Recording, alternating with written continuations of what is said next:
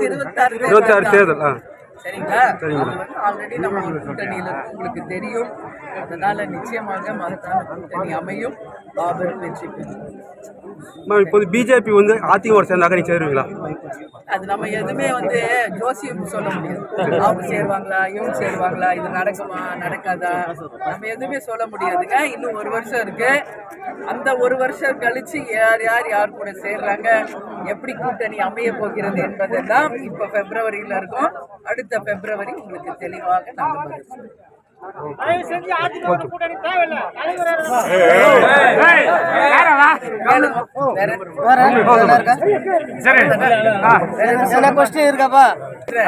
இன்னைக்கு வந்து தமிழ்நாடு முழுக்க பாலியல் வன்கொடுமை ரொம்ப ரொம்ப மோசமா போயிட்டு இருக்குங்க.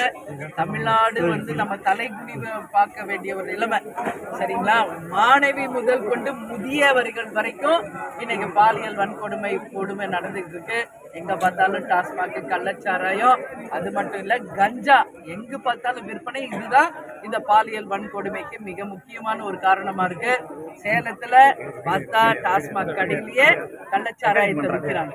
அதனால இந்த கவர்மெண்ட் என்ன முன்னுதாரணம் காமிக்கிறாங்க அப்படிங்கிறது மக்கள் கேள்வியாக நாங்க கேட்கிறோம். ஏன்னா நம்ம மக்களை வந்து சரியான முறையில வழி நடத்தணும். அவங்க கொடுத்த வாக்குறுதிகளை நிறைவேற்றல, ஆனா கொடுக்காத வாக்குறுதிகளா நடக்கும்னு சொல்றாங்க. ஆட்சிக்கு வந்த உடனே நீட்டை ஒழிப்போம்னு சொன்னாங்க. இன்னைக்கு வரைக்கும் நீட்டை ஒழிக்க முடியலைங்க. முடியாதுன்னு சொல்லி தெரிஞ்சும் அவங்க வந்து இதை வச்சு அரசியல் பண்றாங்க. அதே மாதிரி திருப்பரங்குன்றத்துல நீங்க பாத்தீங்கன்னா இஸ்லாமியர்களுக்கும் இந்துக்களும் வந்து சண்டையை நடந்துச்சு. இப்போ நாளைக்கு வந்து தைப்பூசம். தமிழ்நாடு முழுக்க இருக்கின்ற மிக முக்கியமான கடவுள் யாருன்னு நம்ம பார்த்தா முருகர் தான்.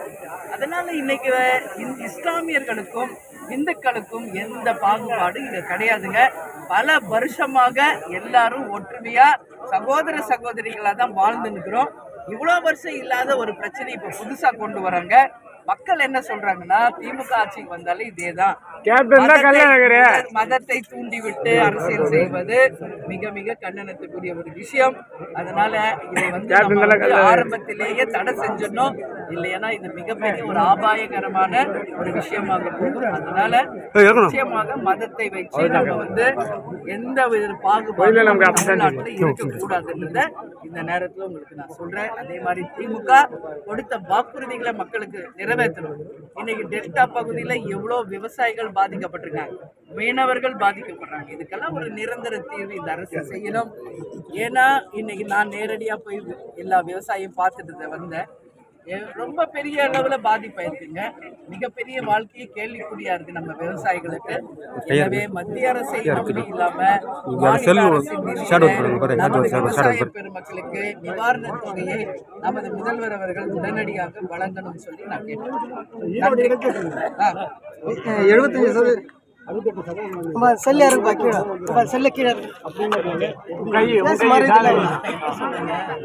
ஒரு போட்டிக்களம்னா எதிராளி இருக்கணும். எதிராளியே இல்லாத ஒரு போட்டிக்களம், அது வெற்றினா பெற்றா என்ன, வெற்றி பெறாட்டி எல்லாம் ஒண்ணுதாங்க. ஒரு காம்படிஷன், டஃப் காம்படிஷன் இருந்தால் தான் அதில் ஜெயிச்சா அது ஒரு பெரிய வெற்றியை நம்ம கொண்டாட முடியும். அந்த காம்படிஷனே இல்லையே. யார் வாக்களிச்சா? எல்லாரும் சுயேட்சைங்க தான் நின்னாங்க. யார் நின்னா பெரிய கட்சி? அதனால இது வந்து போட்டியே கிடையாது. அதனால இது வந்து ஒரு வெற்றியாக நாங்கள் கன்சிடர் பண்ணுவோம்.